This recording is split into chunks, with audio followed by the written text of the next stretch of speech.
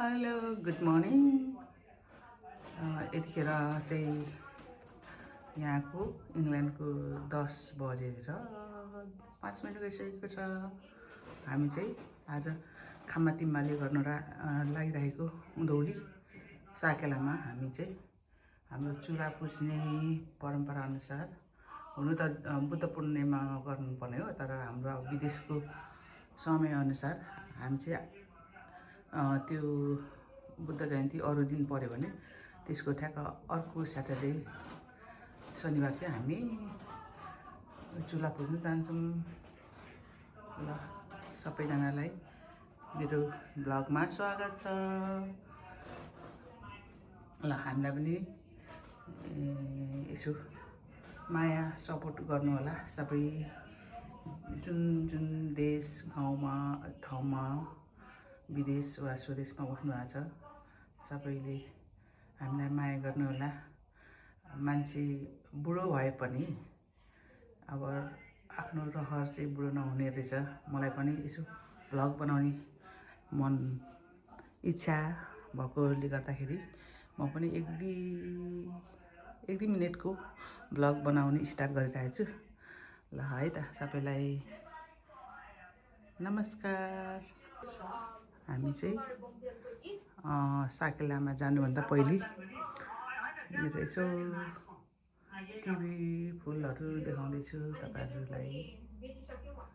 यो मलेसियाको केटीको नेपाली इन्टरभ्यू हेर्नुहोस् त कस्तो राम्रो बोलेको। विदेशको केटी भएर नेपाली भाषा प्रष्ट रूपमा बोल्दाखेरि एकदम खुसी लागेको छ मलाई। एकदमै मिठो पाउँछ अनि यहाँ एकदमै राम्रो गीत पनि उहाँको शब्द सङ्गीतको गीत हो। ल त्यही आप्पालाई सङ्ग भने है। यहाँ चाहिँ मेरो बुवाको र बाजेको मेरो यसरी छ, मैले सजाइरहेको छु।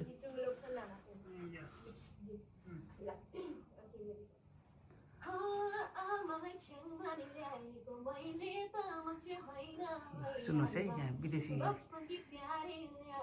विदेशी भएर नेपाली तामाङ सेलो गीत गाइरहेछ।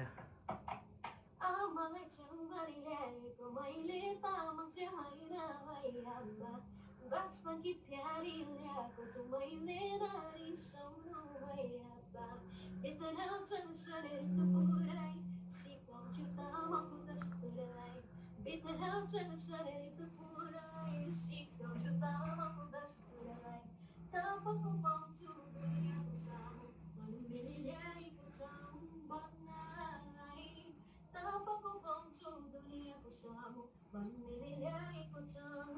यस्तो छ मेरो चाहिँ सिटिङ रुम।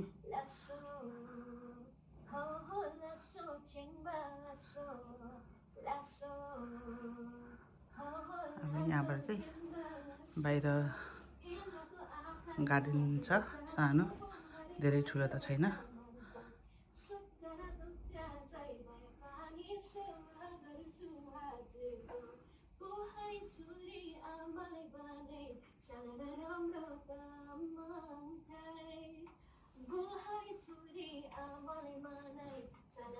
हेर्नुहोस् त, सुन्नुहोस् त कस्तो राम्रो गीत गाएको यो मलेसियन नानीले।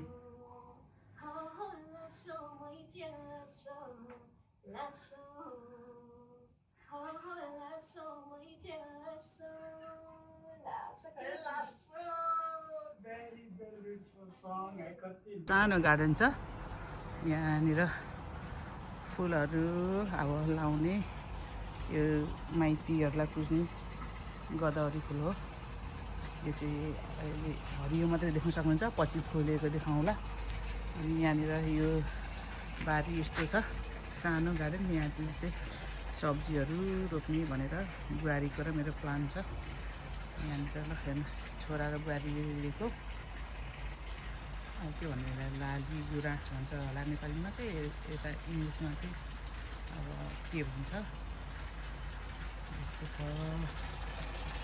यहाँनिर हेर्नुहोस् माछा,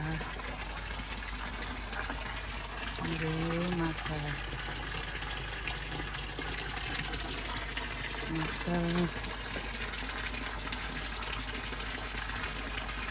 माछालाई चारो लगाइदिएको खाएको छैन रहेछ आधी खाएको अनि यस्तो छ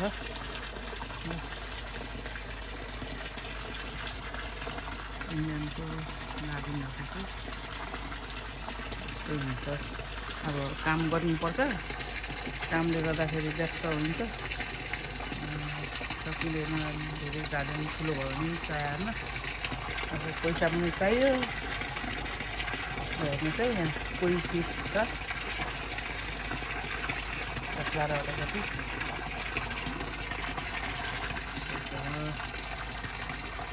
चाहिँ साकेलामा जानको लागि रेडी म चाहिँ आजको ड्रेस लाएर राईको ड्रेस लाएको छु अनि यहाँनिर मेरो बुहारीले साग र बोडी सिमीको बिउ राखेको छ ल हेर्नुहोस् यो चाहिँ सिमी हो यो चाहिँ रायो साग हो त्यसको बुहारी मेहनती छ मेरो बाहिरको चाहिँ घर अगाडिको दृश्य यस्तो छ हामी चाहिँ अब बाबुको गाडीमा जान्छौँ यो गाडी सेतोमा बाहिर चाहिँ यस्तो छ है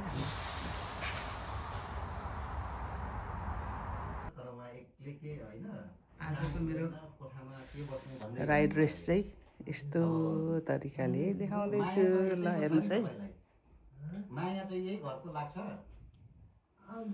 राईको ड्रेस बुहारी भन्नाले तपाईलाई बटम यो गाउँको यो घरको माया लाग्छ चुत्त उहाँलाई चाहिँ यही घरको माया हेर्नुहोस् है ल आजको मेरो यो छोटो भ्लग चाहिँ यहीँनिर गरिरहेको छु ल ल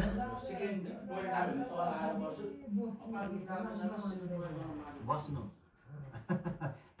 मिस्टर राई चाहिँ साकेला खामातिम्माको हुइलुङ खुदाउनु आँटेको भनौँ न आज यो पनि मा जानु आँटेको उहाँ चाहिँ हेर्नुहोस् त उहाँको ड्रेस आज गेटअप राईको ड्रेस पक्का खै त टोपी चाहिँ उतेछ प्योर राईको गेटअप ल मिस्टर राई चाहिँ तपाईँ कतिको आफ्नो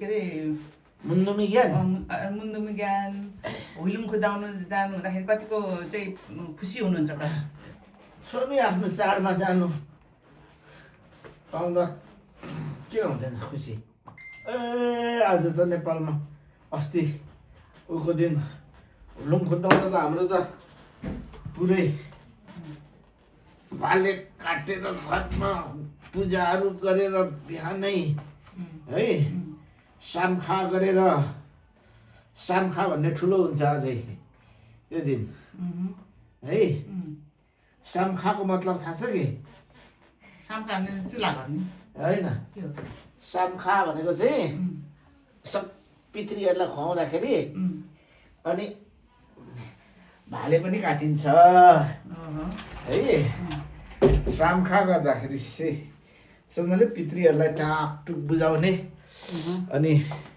दुई प्रकारको पितृहरू हुन्छ एउटा कोही चाहिँ चोट परेर लडेर मऱ्यो भनेदेखि चुलामा जाँदैन उनीहरूलाई बाहिर दिन्छ है जो सरसुहाउँदो कोही रोगले सुनिएर मर्छ त्यस्तोहरूलाई बाहिर अनि हाम्रो किराँतीहरू चाहिँ मरिसकेपछि अरू जातले सुनाउँदैन इनकेस अरू जातले छुयो भने पनि चुलामा जाँदैन भन्छ त्यस्तोहरू बाहिर त्यसो उनीहरूले छुनु दिँदैन किराँतीहरू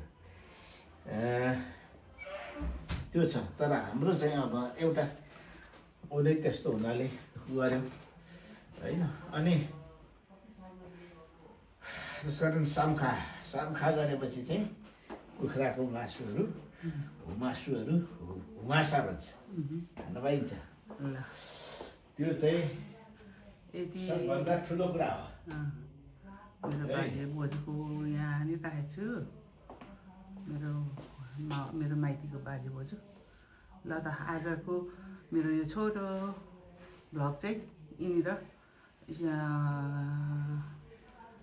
इन्ड गर्न चाहन्छु। सपोर्ट गर्नुहोला। हामी यसो अलिकति एज गएकोहरूले पनि भ्लग बनाउँदाखेरि चाहिँ सबैजनाले सपोर्ट माया गर्नुहोला। Thank you, by by.